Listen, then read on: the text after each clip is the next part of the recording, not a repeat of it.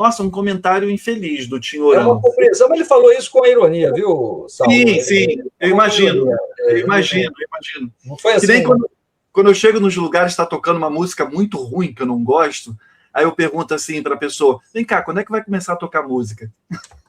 É isso aí. É mais ou menos nesse espírito, né? Mas só para também justificar aqui, entender o contexto da época, no auge da Guerra Fria, golpe militar em 64, os Estados Unidos sendo entendido, que é importante lembrar, Sal, a guitarra naquele momento, naquele contexto, não era vista apenas como um instrumento musical, ele era visto como um símbolo do imperialismo, da dominação. Dos Yankees. Os ouvidos eram muito sensíveis, então não era assim, ouvir um rock é você aceitar a invasão, a dominação.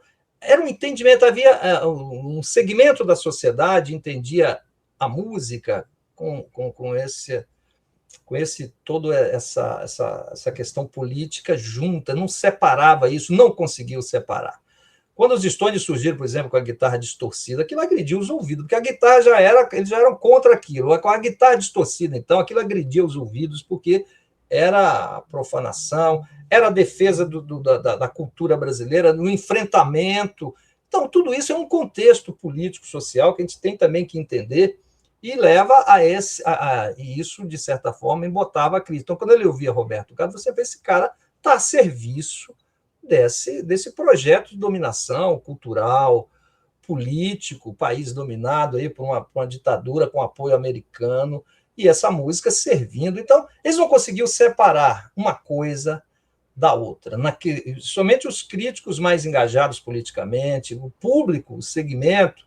Então, você tinha o Chico Buarque fazendo samba, eles diziam, esse sim, esse é um jovem que faz samba, cultura brasileira, não tem guitarra, está sempre com o violão na mão, símbolo da brasilidade, da resistência. Então, o Roberto Carlos já representava o oposto disso.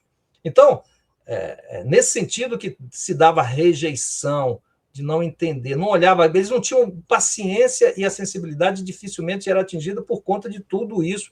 Então, eles não iam ouvir Como é Grande Meu Amor por Você com essa passividade, com essa... Eles ouviam aquilo, já estava carregado no disco. Pô, aí vem a Tropicália e embaralha isso, aí a Tropicália baralhou Sim. tudo, aí dá um choque, porque aí o peraí, como assim? Como é? Por que não? Por que não?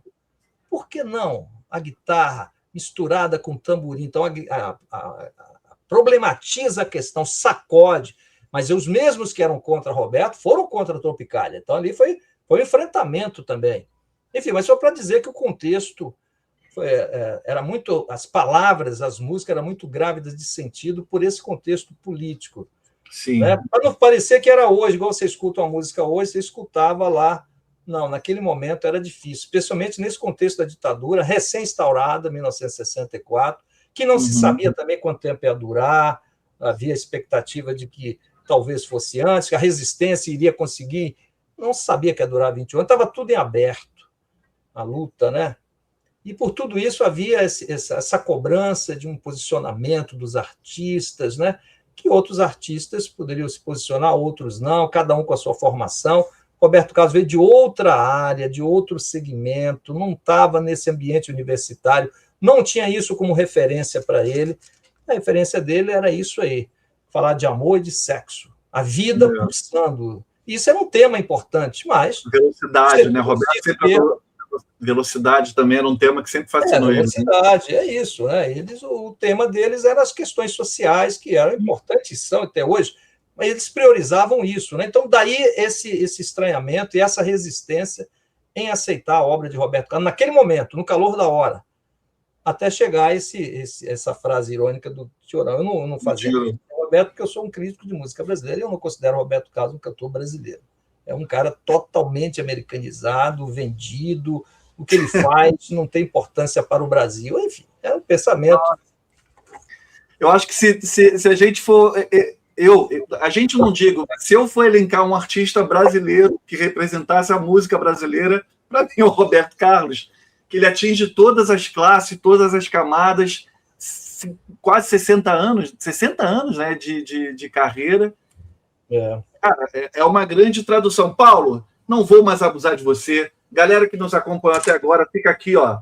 Paulo César de Araújo escreveu essa maravilha que o Roberto não leu, e fez aquilo que a gente sabe que ele fez, infelizmente. É uma declaração de amor à obra, ao legado e à história de Roberto Carlos. Isso aqui é lindo. Quando eu li, quando saiu, eu me emocionei várias vezes, em vários momentos. Depois, Paulo César me brinda com isso. Se eu era fã do rei, eu fiquei fã pra caramba do réu. Muito, muito. Eu me emocionei demais com o fã Paulo César de Araújo, ele contando as histórias. A primeira vez que ele... Claro, além de contar todo o processo aqui, como ele gostava do Roberto, a primeira vez que ele ficou na porta do estádio, onde o Roberto se apresentou na sua cidade, né, Paulo? Isso me emocionou muito, muito, muito, muito. É lindo. E aí tem a versão ampliada, que, dentre várias perguntas que fizeram, peço perdão a vocês, galera, que fizeram pergunta, mas eu não queria deixar de aproveitar o Paulo. Mas muitas pessoas perguntaram, e eu também quero saber, quando sai o volume 2? Bom, eu estou nesse programa, nessa conversa nossa, eu falei desse volume 1, porque todos esses discos, todas essas canções estão comentadas aí nesse volume 1, né, Roberto Carlos outra vez, que vai até 1970, e eu estou trabalhando agora no volume 2, que começa com o disco de 71, começa com Todos Estão Surdos, Detalhes, Debaixo dos Caracóis de Seus Cabelos, e assim como eu fiz nesse volume 1, cada capítulo é uma música, cada música eu coloco o que está acontecendo no Brasil, na obra, na vida de Roberto Carlos, na música brasileira, no contexto daquela canção, e assim nós vamos caminhando até o tempo atual, né? Eu estou no processo ainda de produção desse livro, não é fácil, né? Porque, imagina, você dar conta de um artista e de uma obra tão vasta, em um período tão importante e tão complexo, isso dá um trabalho imenso. Por isso que esse livro não ficou pronto ainda, mas eu estou aí na luta para terminá-lo o mais breve possível, porque eu também tenho outros livros para escrever, eu tenho outros temas, a minha pesquisa está ali, eu estou aqui pegando um ou outro, então eu preciso terminar um para fazer o outro, né? E assim que for possível, esse livro chegará aí. E outros temas que estão aí na fila, né? Porque a fila precisa andar, né, Sal?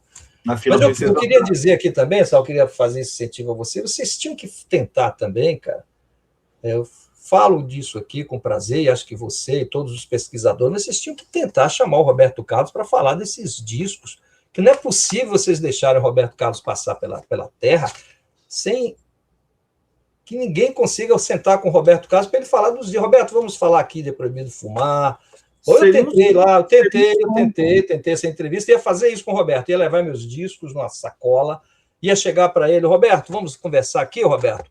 Cita para mim, Roberto, 3 músicas desse disco aqui. O que você lembra aqui? O que você destaca? Ele ia misturar a música, ele ia botar a música do Inimitável aqui, eu ia tentar ali brincar com ele e tal. Ele ia falar, não, Roberto, a música aqui é essa, vamos falar dessa. Estou dizendo isso porque aquela entrevista que John Lennon deu para Playboy, rapaz, sensacional. Sensacional. Foram 3 sessões. Um documento histórico. Documento histórico. Ele faz exatamente isso. O John Lennon recebe ele no apartamento, né? E ele vai de manhã, começa às 10 horas, 9 horas, ele senta lá com o John Lennon na mesa e, puxa, John Lennon, vamos falar aqui do disco Please Please Me, como é que foi essa capa e essa canção aqui. Depois ele pega o If The Beatles e vai música a música, disco a disco, capa a capa, e John Lennon vai falando, vai comentando o que lembrava, o que não lembrava. Muitas coisas que ele falou, depois o Paul tentou ali corrigir e tal, não foi bem assim, mas não importa. John Lennon falou sobre a sua obra, sobre os seus discos. O Paul fez isso também, porque ele tem aquele Many Years From Now, uma biografia dele, que o autor senta com ele, ele vai comentando também cada disco dos Beatles, o Paul vai dando a sua versão, como nasceram as canções. E com o Roberto ninguém fez isso. Eu acho que vocês deviam pedir essa entrevista para o Roberto Carlos, entendeu? Mandar para a assessoria dele.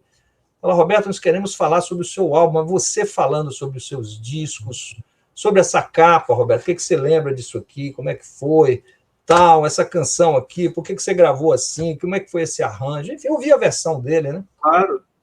Mas, Paulo, você falou que tentou, você acha que outros também não tentaram e ele que não se permite isso? Não, eu falo sim, eu tentei, mas eu tentei bastante tempo, né? Eu acho que muita gente hoje já parte do princípio que ele não aceita e não tentam mais. A impressão é que já não tentam mais, já partem assim, então ele ficou assim uma certa Comodidade, eles não trabalham, a assessoria dele não tem muito trabalho, porque não, tinha que ter uma.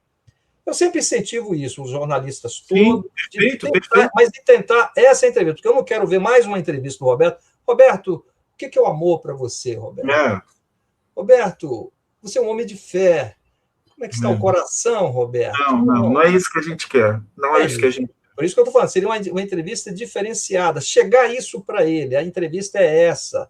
Roberto falando da sua obra, assim como John Lennon falou, assim como Paul McCartney falou, assim como outros artistas falaram, comentando, analisando, dando a sua versão. Ó, eu vou pegar o seu desafio para mim, eu vou procurar a assessoria dele de alguma forma, vou catar e vou enviar a minha proposta. O não eu já tenho. É isso. Vou fazer isso, vou aceitar esse desafio. Vou mandar, não custa nada. Seria muito bom isso que você falou. Ouvir ele falar dos discos dele, né? É isso. Porque tem muita. Que não tem. Assim, os registros visuais e não sei o que desse período não tem, né? São raríssimos, algumas fotos e tal. Porra, agora nada como a memória dele, a lembrança dele, que por mais que não seja tão vívida, dado a distância do tempo, claro, ainda será o depoimento dele, né? Será o depoimento dele, é isso. A versão dele sobre a história, né? Detalhes que ele certamente vai trazer, porque ele viveu isso, ele que viveu, ele que estava ali, ele vai lembrar de coisas ali que o amigo que contou, o compositor que falou, não podia nem falar, mas enfim, a gente ouviu as versões todas possíveis, né? E muita coisa ele falou. Na minha pesquisa, por exemplo, eu catei todas as entrevistas possíveis de Roberto Carlos, catando uma coisa daqui, outra ali. Por isso que eu tenho várias entrevistas dele inéditas, inclusive essa que eu te falei, que ele fala das duas músicas dele, ele escolhe. Mas isso é uma coisa, assim, pesquisada ao longo de 50 anos, uma entrevista de 71, um pedaço de uma entrevista de 74, outro trecho de uma entrevista de 80, outro fragmento de uma entrevista de 90. Outra coisa, era o que eu tentei fazer, que eu ia fazer com ele, é pegar de uma forma sistemática, organizada, como foram feitos com outros artistas, né? O Roberto falando. Eu acho que vocês que têm toda essa dedicação aí, esses espaços, todos os fãs-clubes do Roberto aí, que tantos canais, né?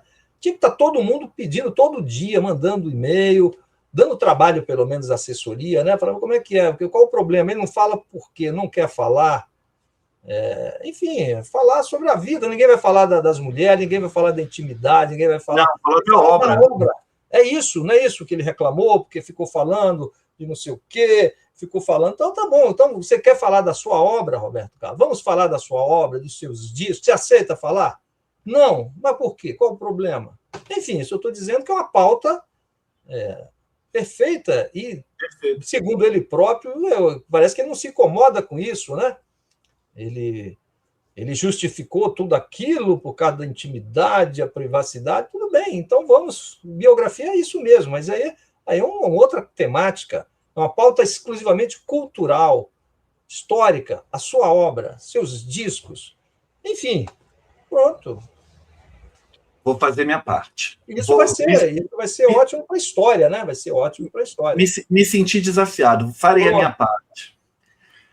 Gente, eu quero agradecer a todos aqui, porque hoje a gente não celebrou, para mim, mais um ídolo na música, assim. A gente celebrou a construção desse artista, né? O Roberto Carlos, 63 a 67, que foi o período que abordei aqui com o Paulo. O Roberto Carlos construiu o alicerce que sustentaria décadas de protagonismo na música brasileira. Paulo, muito obrigado por dividir tanto conhecimento, bastidores, contexto com a gente. Muito, muito, muito obrigado. E eu quero você aqui para o lançamento dos seus outros livros, seu momento, para as suas considerações finais e recadinhos paroquiais. Bacana. Obrigado, querido. Obrigado.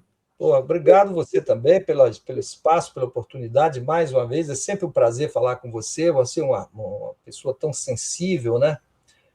Você, enfim, você conduz essas pitadas do sol muito bem sobre diversos temas. E a gente percebe a sua sensibilidade, a sua emoção ao falar de tudo, de música, de tudo isso. Então, é uma alegria estar aqui com você. Eu, sempre possível, acompanho também. E eu pretendo voltar aqui assim que concluir aí a reedição de Eu Não Sou Cachorro Não, por exemplo. É um tema que a gente pode falar aqui tranquilamente. Vamos abordar um outro aspecto da música brasileira, outro capítulo da música brasileira que estava solta, né? E que o livro Não Sou Cachorro Não deu conta, e eu, nessa nova edição atualizada, eu pretendo, então, trazer esse livro para a nova geração, que muita gente não viu na época, enfim, e atualizar isso. E aí a gente volta a conversar aqui, com certeza. Maravilha. Querido, eu me despeço de você offline. A todos, beijo e até amanhã. Valeu, tchau, tchau. Tchau, obrigado.